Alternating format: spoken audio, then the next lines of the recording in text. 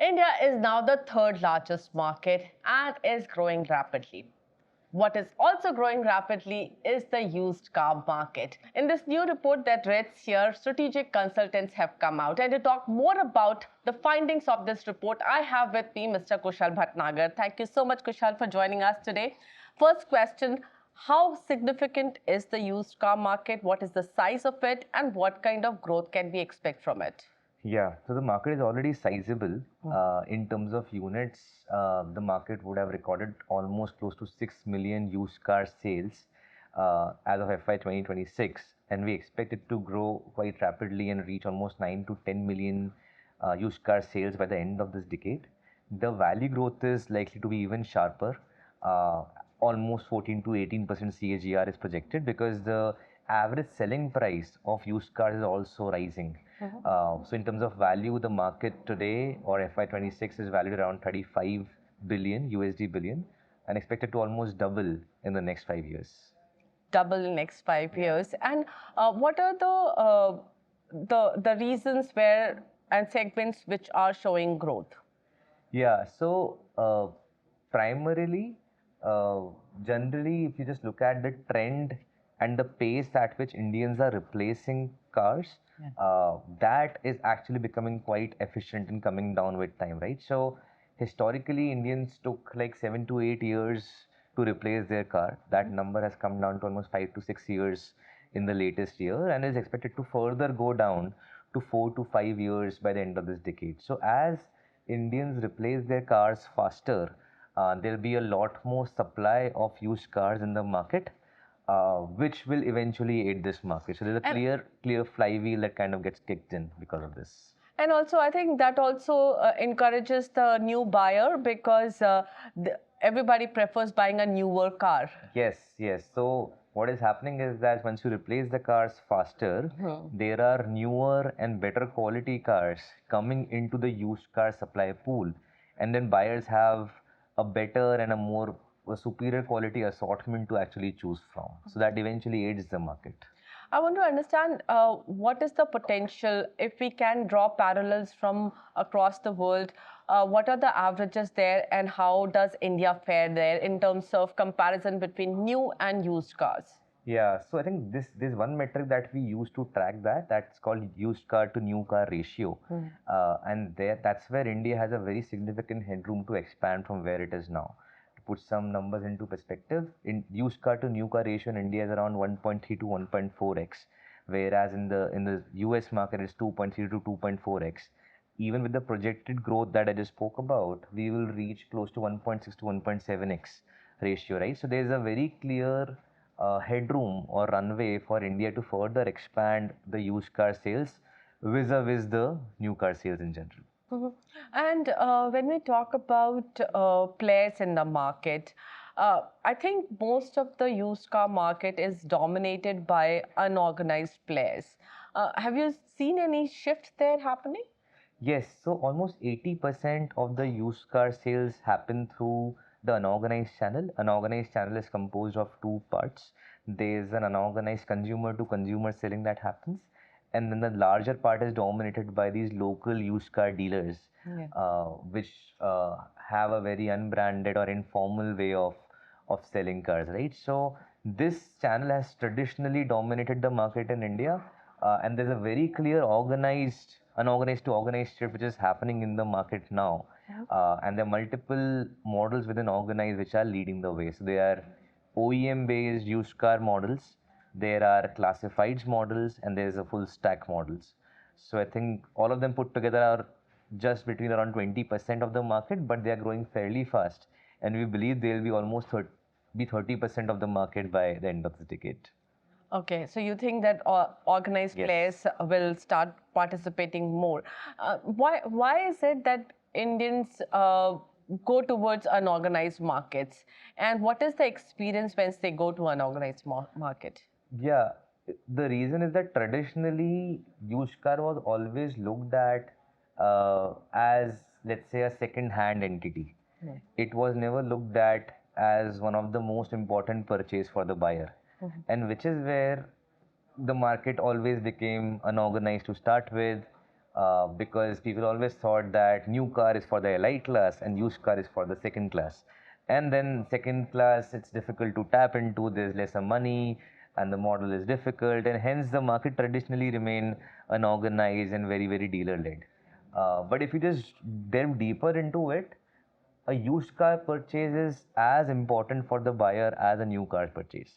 Our report highlights that almost 65% of the used car buyers are first time buyers.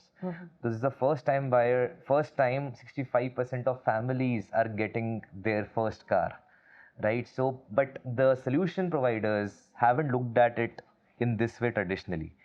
They've always looked at it as a second hand choice, and hence this segment has been a bit neglected.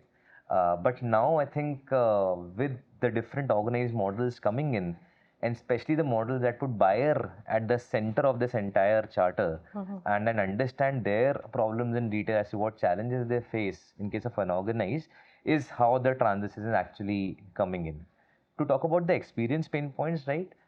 If you just go to an unorganized dealer, for an example, for used car purchase, there are multiple leaks that happen across the buyer journey. First of all, the assortment is quite narrow. They're able to hold only so much inventory. So both inventory depth, which is number of models available per car, as well as the breadth, which is the number of brands, the different kind of foreign versus India brand they're able to provide, all of that becomes restricted.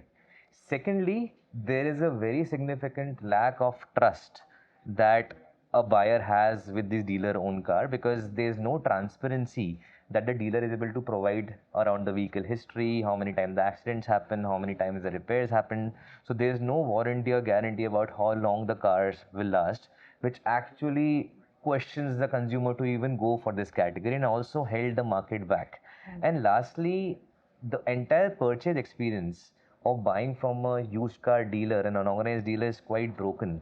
So if you just imagine a woman actually going out to some of these outskirts and these dealerships, the environment is not even safe enough for them to do this themselves, or they won't feel safe enough to do it. And even the handling of the customer, the way they explain the details, all of that becomes quite broken. And even the post car purchase experience. So once you buy the car, you have to take care of these things like RC transfer, insurance, even financing to some degree. That becomes quite limited. So the experience is broken at multiple levels, but the lack of trust, the second point I spoke about, is the most significant one. Okay. Now, in all this, how does availability of finance play a role? Because I'm assuming organized players have better availability of finance now, and does that become a deterrent and also an attraction for buyer to go towards organized players? Yes, very much. Because if you just look at the affordability constructs of India, right, with the GDP per capita of anywhere between 2,000 to $2,500, 4 to 5 lakh rupee car, which is an average ASP of a used car, is still out of reach for a lot of the households, and hence finance is the only way they can actually enable that purchase. And when you don't have that readily available in the unorganized setting, that really holds you back, holds back the purchase. And of course, when organized players try to solve it, they either set up their own financing arms or they tie up with some financiers to make that happen. So that's a very important unlock that organized players are solving for in this category. And what is a seller actually looking for? Are they looking for, now with the changing mindset, are they looking for good products, or are they still looking for deep discounts? So, given car is such a critical category, like if you just look at the hierarchy of importance of a car purchase in a family, Yeah. probably the second or third most important purchase, let's say after the home or after some wedding they have done in their family, right? So this is a place where trust and assurance becomes the most critical part. So a buyer may be willing to pay a few bucks extra as long as he gets the right kind of assurance from the seller that yes, I think I can trust this car and go with it, and I'll be willing to pay this much extra for that. So given that's so important, it's a lot more trust and assurance oriented rather than, let's say, pricing oriented. Of course, the income levels in certain household will restrict their ability to pay a premium and will restrict them to some of these unorganized channels, and which is where it will still continue to be the majority of the opportunity. But if given a choice, just from a buyer perspective, they would be willing to pay some premium for better quality assurance and trust in the category. India is seeing a lot of young population coming into workforce. How does that impact the used car market? Do you see that kids who are coming now into the workforce, they are more keen on going through an organized channel? Yeah, that's true, and that's also because the newer generation doesn't look at used car as something they are forced to buy.